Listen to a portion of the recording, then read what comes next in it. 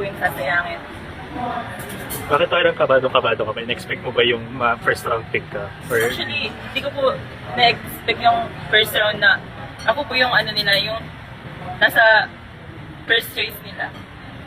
Makikiging teammates mo, magagaling din ng middle blockers, Maddie, si Cherry, Kadruba. So, ano yung feeling na you'll get to learn din mula sa mga veteranong middle blocker guys? Actually, sila po yung mga tinitingala ko na idol. Sila po yung mga iniidolo ko since nung nag-start po ako mag-volleyball, sila na po yung mga pinapangarap ko na maka-team or makalaban.